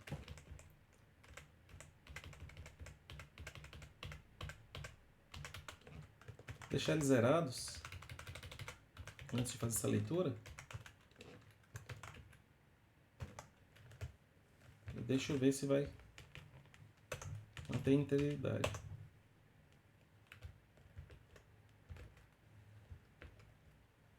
Agora, cadê? Tem que compilar primeiro, né? Compila, executa e vamos ver a imagem de saída. Tem a resolução certa, tá tudo preto. Agora, x igual a 0 e menor que mp v4 image size mais i mp pixels i igual fgetc. Vamos ler um por um em vez de ler em bloco como eu estou fazendo. fp. Ver se agora a coisa resolve. A imagem continua torta. Ela está deslocada por algum motivo que não faz sentido nenhum. Que loucura. 4, 8, 16, 18, 20, 24, 28.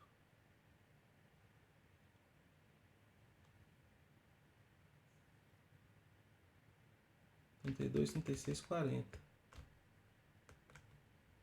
Não faz sentido.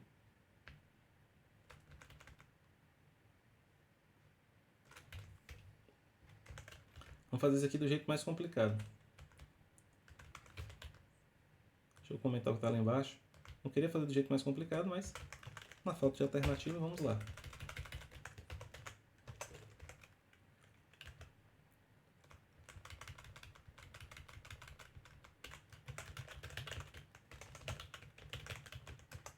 Todas as escritas viram leituras e todos os FPs viram out. FP viram out. Ok, tudo que eu estou fazendo processo agora simétrico. Onde é que eu escrevi, eu estou lendo. O que ele está reclamando? Read only object. Ah não, não quero fazer essa alocação, não quero só fazer a escrita. Só isso que eu quero. Esse aqui está de bobeira. Vamos tentar de novo. Tá faltando alguma coisa que fecha aqui, tá. E vamos tentar mais uma vez. Espero que agora vá. Aí tá aí a danada da imagem. Realmente com aquela conta que eu fiz antes, eu vou depurar depois, que era para estar batendo.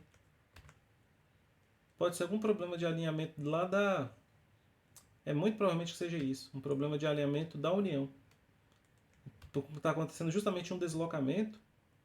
Eu acho que quando eu estou usando essa união aqui, esse campo aqui está começando, após um gap de alinhamento em relação a isso, eu copiei o deslocado e está bagunçando tudo.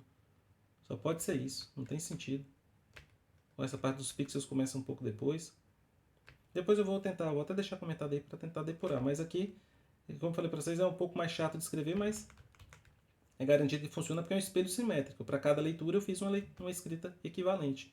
Eu vou até tirar a leitura pixel a pixel e botar a leitura em bloco, que deve funcionar.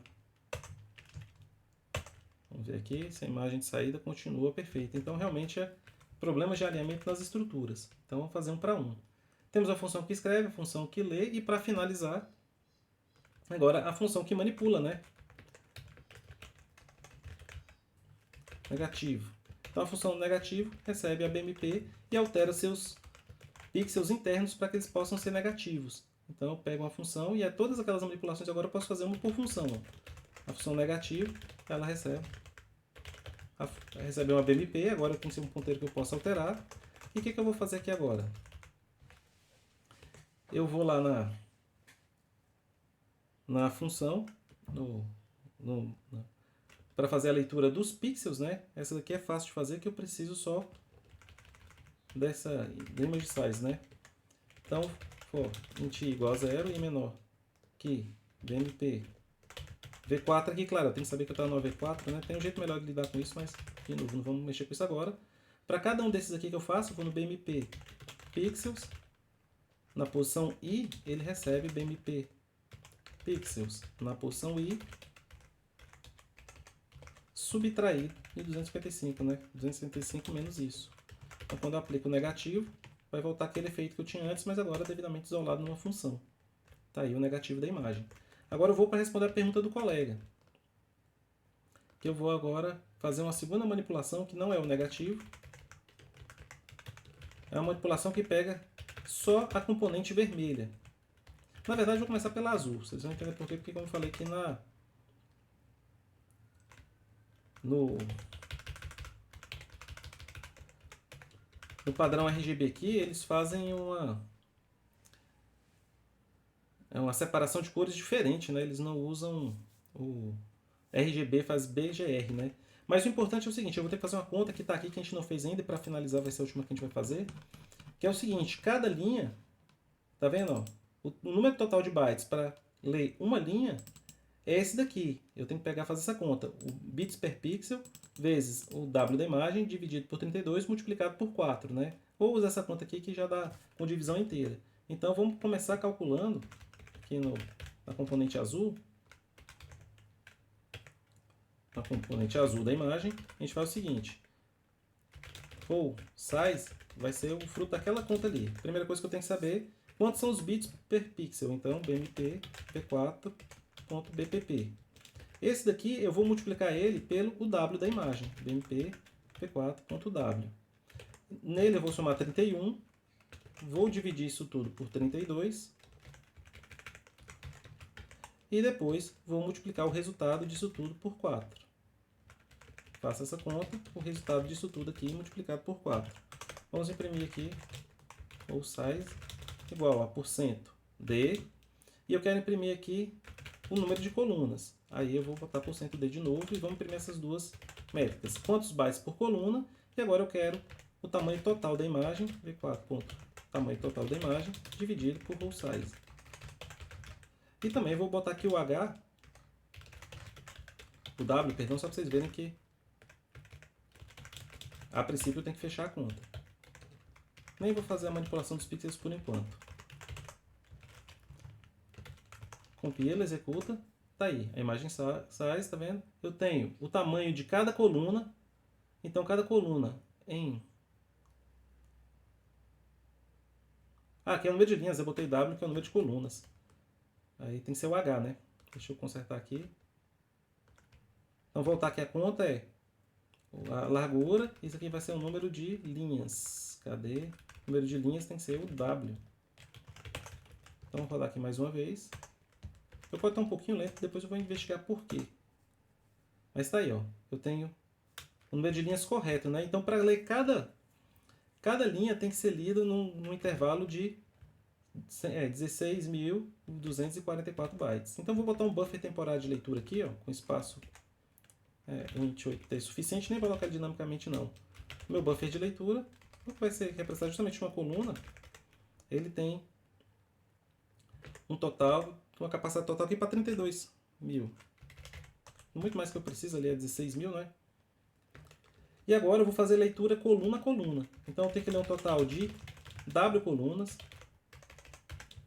ou linhas, perdão, falando coluna o tempo todo, mas é linha.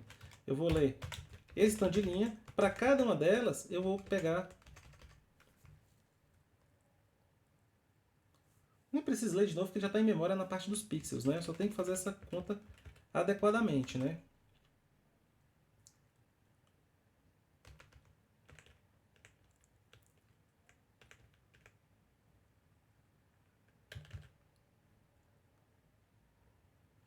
Deixa eu só... começar y mais igual ou size. Então eu vou sair dessas colunas em colunas. E agora sim, para cada linha, eu estou na linha 0, linha 1, linha 2, só que eu vou saltar aquele intervalo inteiro. Agora eu vou passar em cada uma das colunas. E em cada uma das colunas eu vou ter 3 bytes, representando vermelho, verde e azul. Então eu vou começar com o azul aqui de fato, 28. Mas eu tenho que pegar a quantidade certa. Perdão, pessoal, 0 e menor ou igual que PMP V4.W e J mais igual a 3. Vou saltando de 3. Não, tem que ser mais.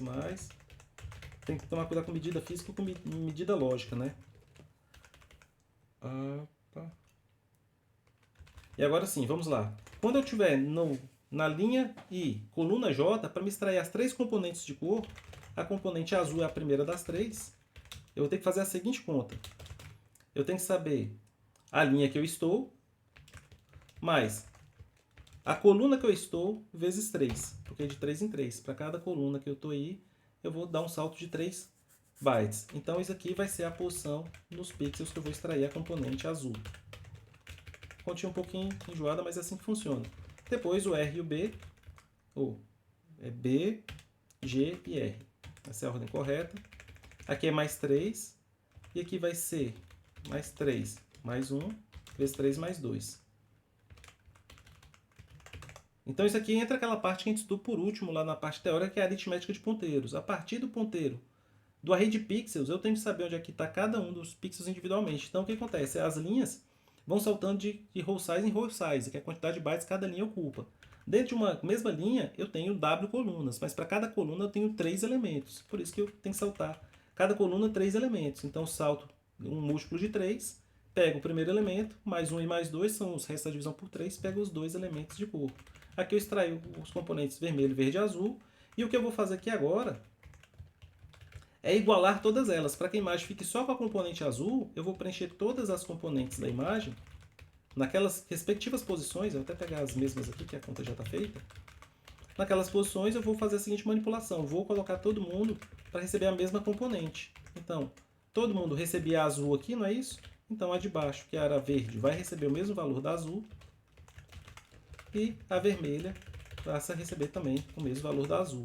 Então quando eu fizer essa manipulação aqui, eu estou fazendo uma extração da componente azul da imagem, que é o que o colega tinha perguntado, e agora deu errado aqui na minha conta de ponteiros em algum momento aqui.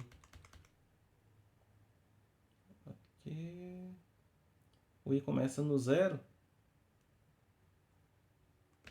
Agora, pixels i, pixels j, deixa eu ver aqui, coluna.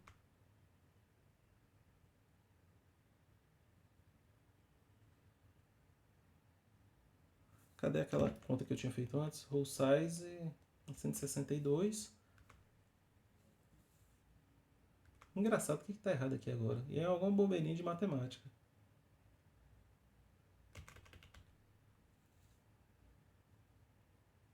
Menor que é o W. Deixa eu só acessar.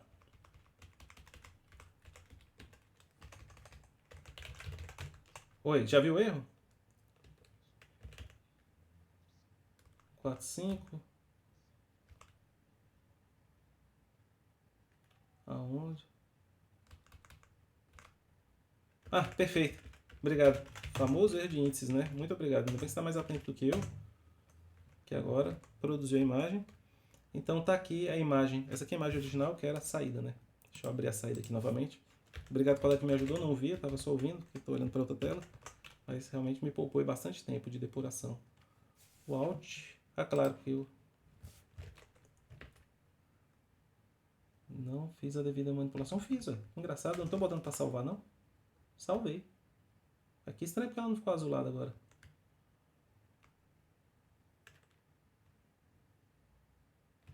Deixa eu escrever 0 nas demais posições, para ter certeza que a manipulação foi feita. Deixa a imagem aí. E agora ela tem que ser transformada com essa manipulação.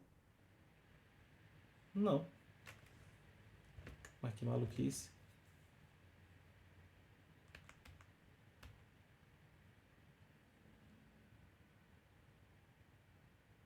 Agora, qual é o segundo erro que eu estou cometendo aqui?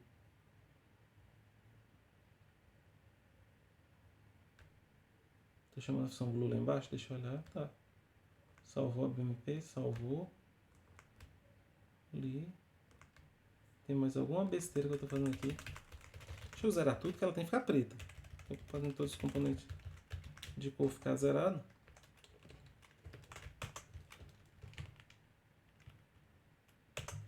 Aí eu não compilei. Compile. E agora sim. Execute. A imagem está aparecendo aqui como uma cópia. Será que eu mantive a rotina de cópia lá embaixo? Não. Só para desencargo de consciência ver se ela vai produzir o negativo. Produziu. Ué. Então volte para cá. Vamos a rotina de azul. Não estou entendendo porque ela está copiando a imagem. É como se eu não estivesse alterando o vetor de pixels.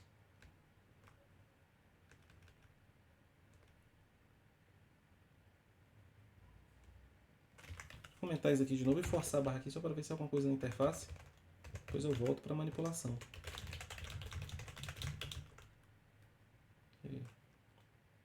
BMP, P4, image size, mais i, BMP, pixels, i igual a 0. A princípio isso aqui tem que deixar a imagem toda preta.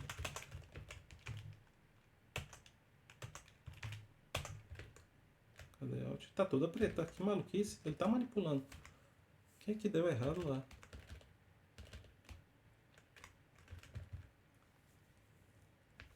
Passa a altura, extrai as componentes.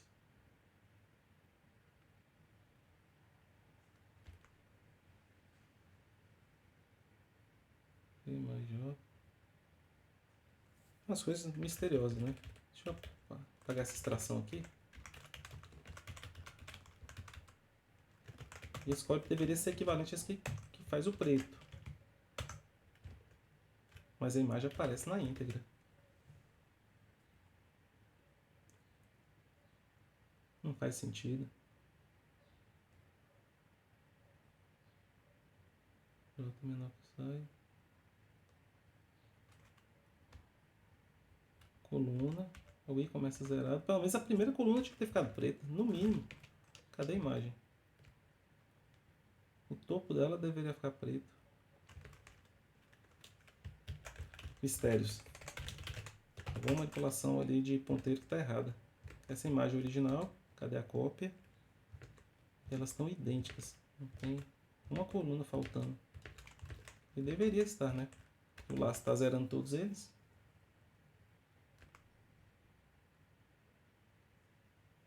J2 mais 1, J3 mais 2.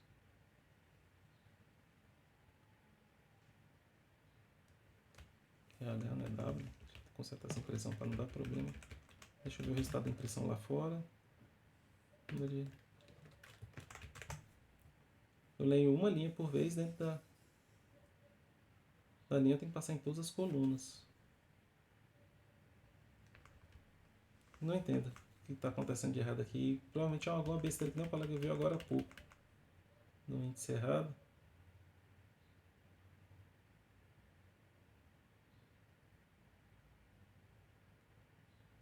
Três mil vezes, salta adequadamente.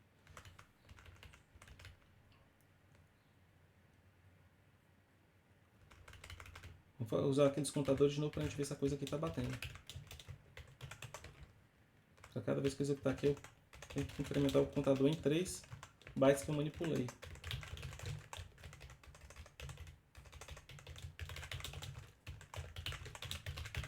Pronto. Deixa eu dar uma investigada no que está acontecendo aqui momentaneamente. Olha, ele está falando que eu fiz aquele laço ali 16.200 e poucas vezes, que é pouco inclusive, né? O que está dando errado? Deixa eu imprimir aqui o H e o W. Centro D, eu estou fazendo a conta lá em W. Pode falar, a gente chegou de novo o erro? Isso. Ah, perfeito, entendi o que você está falando. Eu fiz uma bobagem mesmo, você tem razão. Aqui eu tenho que aumentar ele no I++, mas o ponteiro base que eu tenho que usar... Você tem razão, a conta correta é essa. Ó. Aqui, tanto é que o contador viu isso, né, que eu estava rodando esse laço menos vezes do que eu precisava. Vamos lá. Aqui vai contar o número de linhas corretamente, o número de colunas corretamente. E agora eu tenho que fazer essa multiplicação aqui. Para cada linha eu tenho que avançar row size. Essa é a conta que eu queria ter feito lá e acabei misturando as duas. Ó. Essa é a conta correta. Agora a imagem vai ficar preta.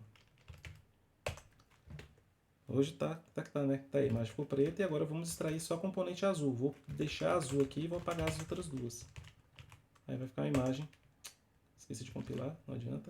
Compila, executa e tá a imagem agora só com a componente azul. Então das 3 componentes eu apaguei a vermelha e a verde, a imagem ficou azulada e eu posso fazer aqui o mesmo processo, deixando só agora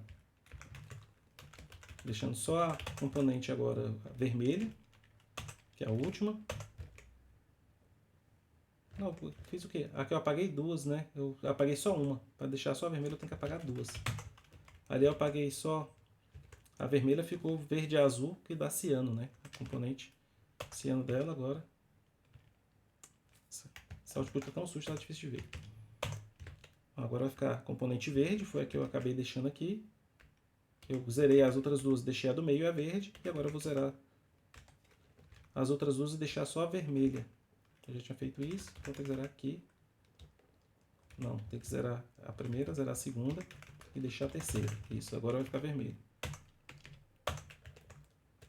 Aí tá só a componente vermelha da cor. Então demorou, mas consegui responder a pergunta do colega que queria separar os componentes de cor lá há 1 hora e pouco atrás. Então você consegue extrair a componente vermelha, a componente azul e a componente verde da imagem. E a soma dessas três, a superposição dessas três imagens que eu mostrei, quando você superpõe e soma essas três componentes, é que dá a imagem original. Então, você pode aí olhar nessa separação aí de componentes de cor.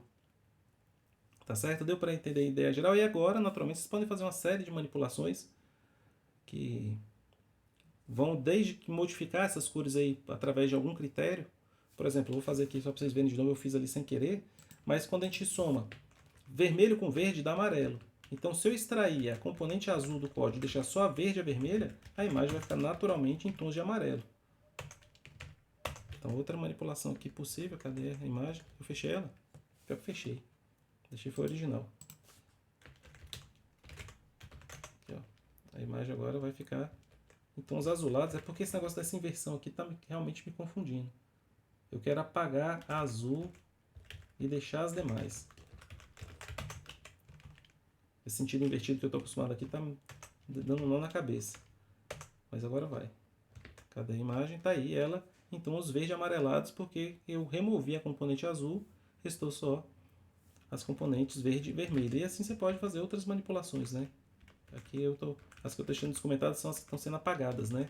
Aqui está o nome correto das cores que dá para vocês verem. E aquela manipulação que eu fiz inicial de botar tudo azul, na verdade não vai dar azul.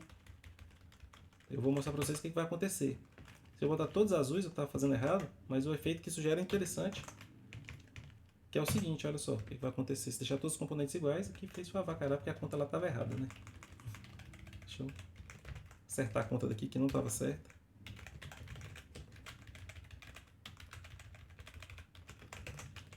Aí vocês veem aqui esse exemplo de quando você não manipula o formato do arquivo corretamente, o que pode acontecer, né? Uma coisa que a princípio não faz sentido. Mas aqui agora tá, o que com a imagem acontece? Quando todos os níveis de cinza são iguais, ou todos os níveis de cor são iguais, aí você tem um tom acinzentado. Então o cinza nada mais é que uma mesma intensidade nos três canais de cor. Então para a imagem ficar cinza, uma das maneiras, aqui acaba até ajudando diretamente uma das equipes, é você igualar todas as componentes de cor. E aqui um critério que eu usei foi ter usado uma das três componentes. Vocês podem usar qualquer uma das outras duas, você pode partir para uma média aritmética, uma média ponderada. Então tem várias estratégias aí para converter uma imagem em escala de cinza. Essa é uma das muitas, né? Você pode fazer manipulações nessa imagem aqui alterando o tamanho dela.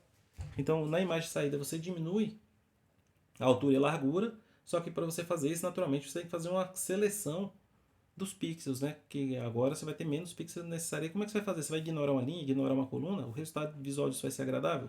Não sei. Vale a pena investigar aí e trabalhar no código. Já ficou aí uma base boa para vocês fazerem aí. Deixa eu deixar o que o código significa, que é zerar as outras duas, para poder botar isso lá no Teams para vocês. Acabei me esticando um pouco mais do que eu gostaria. Eu queria ter feito esse código um pouco mais rápido, mas acabou que eu fiz também mais do que eu tinha planejado. Então ficou elas por elas, né? Então tem um código interessante. Eu vou tirar aqui o que não precisa do código antigo, resquícios do código antigo. E agora o que é interessante é isso. Que, olha aqui na main. Eu avalio meus argumentos de comando, abro um arquivo para leitura, abro um arquivo para saída. Faltou isso aqui que eu acabei excluindo sem querer. Que é o argv2, que é o terceiro erro possível. E abertos os arquivos, abro o arquivo, leio uma BMP, abro o arquivo de saída, manipulo a BMP, salvo ela e fecho tanto a BMP quanto os arquivos. As manipulações são arquivos que lidam direto com a rede de pixels, aí eu tenho que fazer as contas baseado no tamanho da coluna, a altura e largura. Isso tudo está vindo do campo V4, tem como abstrair isso de uma forma um pouco melhor, mas não vamos fazer isso hoje. Está aqui o cálculo do negativo, que nem precisa entrar nos métodos, eu vou modificar até os bits que não interessam com essa manipulação. A rotina de salvar está um espelho simétrico da leitura, na mesma ordem que eu li, a mesma ordem que eu escrevi, dos mesmos bytes. E veja que tem um switch aí para poder diferenciar onde é que eu tenho que lidar com diferentes tamanhos de header, né? Veja que eu precisaria desse tipo de diferenciação aqui nesse algoritmo que eu acessei o V4, né? Então, nesse que acessei o V4, eu tenho que fazer de uma forma um pouco melhor que está feita aqui, mas aí a maneira de fazer isso aí mais correta de fazer é um pouco mais trabalhoso do que a gente tem tempo para fazer agora. Exemplos de estruturas, exemplos de uniões. Veja que a minha união ficou anônima aqui, o que me permite acessar o core direto do MP. como é que a gente usa mapas de strings para poder fazer uma leitura mais agradável no campo que é somente numérico. E a última técnica que eu usei aqui, que vale a pena destacar, é a aritmética de ponteiros aqui, que eu até me equivoquei 2 vezes, só acho que o colega aí que me ajudou bastante está bem mais atento que eu hoje. Então, de certa forma, a gente esgotou aqui, usamos laços condicionais, vetores, matrizes, ponteiros, alocação dinâmica, manipulação de arquivos. Então, um exemplo que contém praticamente tudo, né? Todas as técnicas que a gente estudou aí ao longo do nosso curso de APC até o momento. Então, foi um apanhado geral aí, serve como uma grande revisão. Naturalmente, vocês verem esse desenvolvimento de sexta e o de hoje parece uma coisa muito sofisticada, e é o caso de assistir o vídeo com um pouco mais de calma. Peço até desculpa pelos equívocos aí que confunde um pouquinho o processo, mas é bom a gente se equivocar aqui, errar mesmo ao vivo, para vocês entenderem que o processo de construção de código é dinâmico, né? Você, às vezes, você está com a ideia certa na cabeça, mas você escreve errado, você vai procurando ali, vocês viram que eu usei algumas estratégias de contar o número de vezes que o laço executou para ver se as coisas eram compatíveis. O colega aí me ajudou na questão da redação errada dos índices, que é um erro difícil de pegar, né? Porque o I é parecido com o J. Eu até passei uma época da minha vida que eu não usava mais IJ por essa semelhança gráfica deles. Quando você comete o erro, você não vê. Eu usava X e Y, A e B, que são bastante o A e B, um bem diferente do outro, né? Mas voltei a usar IJ e naturalmente voltei a cometer o mesmo erro. A gente vai falando, escrevendo aqui, acaba se equivocando. Mas é interessante vocês olharem essas técnicas com calmas. O arquivo que vocês vão manipular nos trabalhos, o PNM, é muito mais simples do que esse daqui, mas muito mais simples em vários aspectos do que esse. Mas as ideias são as mesmas, né? Você tem uma estrutura que representa o arquivo, o PNM não tem diferentes headers de formatos arbitrários aí que vocês vão poder usar só o que está lá direto. A matriz de pixels é mais simples de manipular, você pode trabalhar com os índices mesmo, com IJ, se você tiver alocado bidimensionalmente, ou com esse tipo de técnica aqui, que eu nem dei o nome certo para os bois, né, que é a linearização. Veja que o array de pixels ele é unidimensional, ele não é bidimensional, embora a gente visualize ele de forma bidimensional. A conta de acesso é essa, é número da linha, que é o i, vezes o tamanho da linha em bytes, mais o número da coluna. Esse é o acesso para cada bit individualmente, e se é uma imagem colorida, aí você faz com esse vezes 3 aí, porque para cada ponto, na verdade, você tem 3 bytes e não só um. Então, para as equipes aí que estão com arquivos de imagem, você já tem mais do que o suficiente para trabalhar. Na quarta-feira, vamos fazer mais um tipo de código dessa natureza aqui, só que agora baseado na SDL, a biblioteca para codificar os jogos, né? Então, a SDL vai ter uma dinâmica bem diferente dessa daqui, e vai ser também bastante interessante, que lá também teremos uniões, teremos estruturas, ponteiros e todos esses recursos aqui, revendo eles em outro contexto, mas todos eles também aparecerão cedo ou tarde. Temos uma participação do Gabriel Gonçalves. Bom dia, Gabriel, pode falar?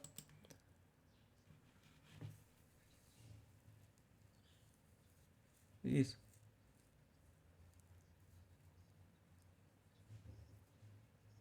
Não, seria mais ou menos isso daqui mesmo, Gabriel. Assim, o coração da coisa está aqui. O que muda nesses softwares é que eles são softwares muito maiores, né? E vão ter vários outros componentes para lidar com janelas, com botões e tudo. Mas em algum momento, por exemplo, na parte de plugins, o próprio Photoshop e o GIMP eles dão a oportunidade de você escrever plugins. O plugin, em algum momento, Gabriel, vai receber uma estrutura como essa, que te dá acesso, entre outras, ao tamanho lógico da imagem, WH, o tamanho de cada coluna em bytes, e você faz a devida manipulação aqui e devolve para o software. E o software vai ter o plugin aplicado na sua imagem.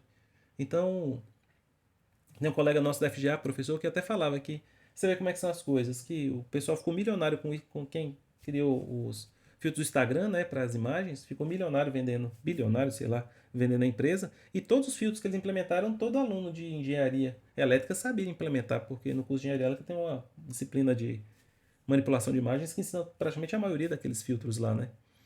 Então, no fim das contas, as ideias estão todas aqui, Gabriel. Muda a escala do software, mas a ideia é justamente essa. Tanto é que eu falei para vocês que eu fazia isso daqui lá na impressora térmica que eu trabalhava no serviço, que era isso, né? A gente abria o formato da imagem, manipulava os bits e devolvia para fazer a devida impressão no formato que a impressora esperava, né? O que diferenciava é que a impressora esperava num determinado formato, e o formato de imagem que a gente lia, eu lia com a libjpng, né? Para abrir a imagem, para ter acesso ao array de pixels, e depois eu descia para o formato da impressora. Mas tirar dessas duas pontas que são diferentes do que eu fiz agora, esse meio do campo aqui de calcular o negativo e tudo mais, escala de cinza, era feito exatamente dessa mesma maneira. Tranquilo? Deu para entender a ideia? Então é isso, senhores e senhoritas. Muito, mais uma vez, obrigado pela presença de todos vocês. Temos mais uma participação aqui no chat. É um pouco complicado, natural que seja, Gustavo, e a complicação aqui O aspecto principal da complicação aqui, o que, que é? Individualmente, cada peça daqui é entendível. A questão é como é que a gente emenda todas elas num sentido amplo, né? E isso eu quero mostrar para vocês. Mesmo um software mais elaborado como esse, não usa nada que a gente não saiba. Como eu falei, laços, condicionais, estruturas, uniões, ponteiros, strings, arrays, matrizes e a alocação dinâmica de memória e manipulação de arquivo. Então a gente revisa todo a PC no mesmo código, naturalmente um código mais sofisticado, um código um pouco maior, né? E veja que nem é tão maior assim no sentido que são 182 linhas no total, né? Mas vale a pena olhar com mais calma, realmente tem que dar uma assistida nisso depois com um pouco mais de calma, principalmente se você for de um grupo que vai usar manipulação de arquivos de imagem, é muito importante que você reveja todo esse vídeo hoje com um pouco mais de paciência, tá? Vamos passar a palavra para o João Pedro. Bom dia, João, pode falar.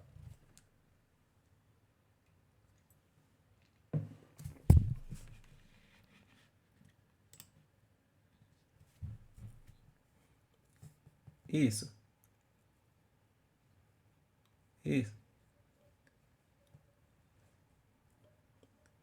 isso. Uhum.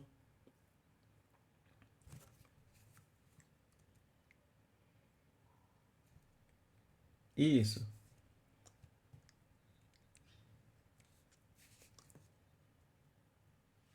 É o, não o mais recorrente. Você tem que ver a distribuição deles, né? Você tem os dígitos verificadores de CPF vão do intervalo de 0 até 99, né? Aí você vai montando, se vocês não conhecem, até procure por esse conceito chamado histograma. Que histograma nada mais é que um array que você vai ficar registrando as ocorrências de determinado valor. Aí depois você vai avaliar se algum valor apareceu mais recorrentemente que o outro e se aconteceu isso, se foi muito mais, foi uma unidade, duas, é a partir daí que você faz sua análise.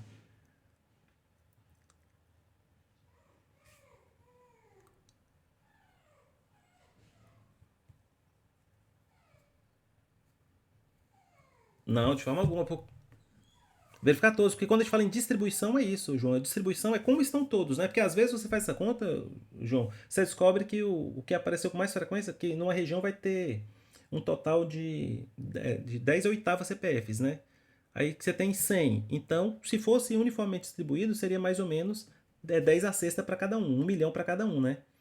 Aí você faz essa conta toda, descobre que tem 1 milhão e 2 para o valor 57 e fala, não, não é. Mas espera aí, todos os outros eram 1 milhão e 1 ou 999. Então é uniforme, a diferença é muito pequena.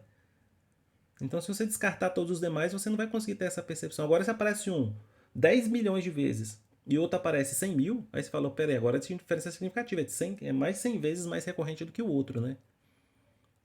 Então guarda isso e você vai ter um array que vai ter 100 posições de 0 a 99. Aí depois você pode até imprimir no terminal, dá pra ver de 0 a 100 ou no arquivo. Imprime e dá uma olhadinha com o seu grupo. Fala, realmente os números estão bem próximos aqui ou não. Realmente está bem diferente. Um aparece bastante, outro aparece bem menos. Mas a partir daí que vocês começam a construir essa interpretação. Tranquilo? Ficou mais claro agora? Isso. Sim.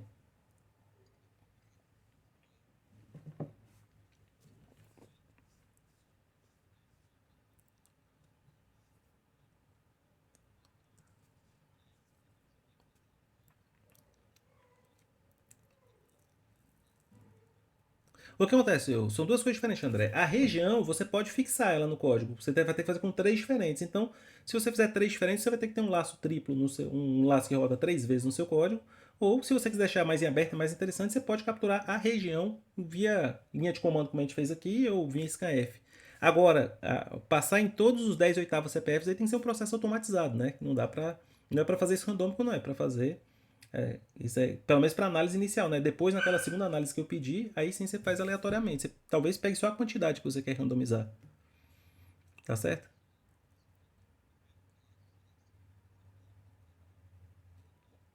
Isso, exatamente. Mas aí você bota esse 50 como um parâmetro do seu programa. Fala, ó, se eu escolher 10, 100, 1000, 1 milhão, porque aí você só digita de novo a execução, não precisa ficar recompilando e nem mexendo no código toda hora. Nessas decisões aí vocês tomam em conjunto como time, né? Porque não tem, como eu falei, uma resposta correta, né? Tem uma maneira mais ou menos adequada. Então vocês escolhem aí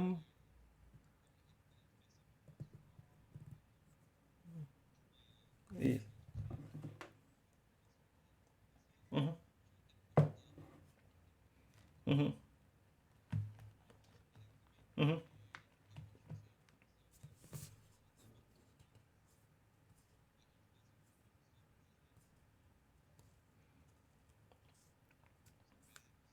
Uhum, uhum.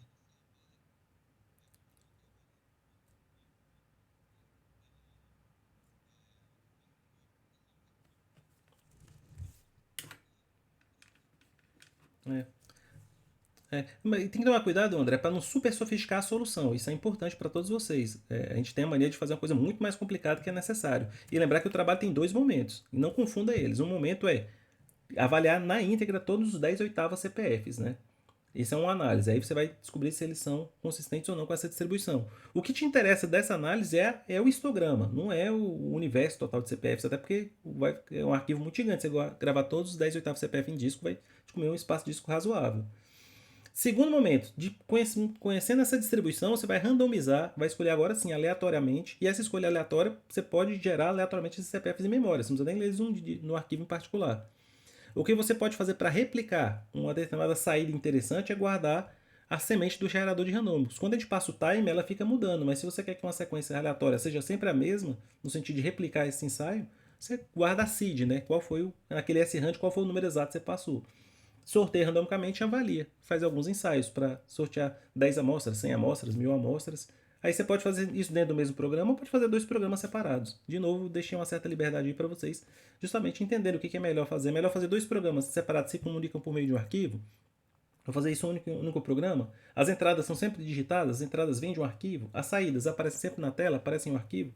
Isso aí vai ficar a ponto para vocês discutirem. E lembrando sempre, a solução tem que ser correta e dentro das soluções corretas você escolhe a mais simples que vocês conseguem manipular, tá bem? Continue, eu vou. Oi?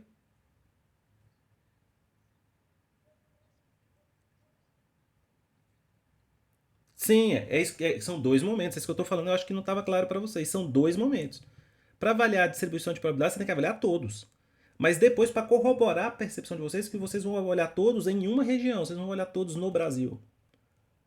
Então, você fala, ó, eu olhei para a região número um, mas será que isso valeria para todas as outras regiões? Aí, em vez de fazer na íntegra para todas as regiões, você faz para uma e tenta extrapolar esse resultado. Fala, agora eu vou sortear aleatoriamente no Brasil inteiro para ver se os resultados são compatíveis. Esse histograma dessas 1000 amostras é parecido em porcentagem, é claro. Você vai agora comparar o histograma de bilhões com o de 1000, você divide para dar porcentagem e fala, ó, realmente está parecido. Ou não está parecido, entendeu? Tomar cuidado que é dois momentos do trabalho, não só não, tá?